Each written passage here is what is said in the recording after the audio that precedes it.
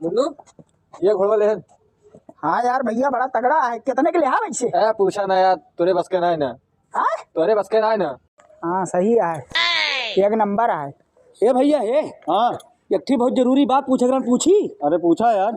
यार ही बतावा, हाँ तोरे सास का नाम भाई? मोबाइल।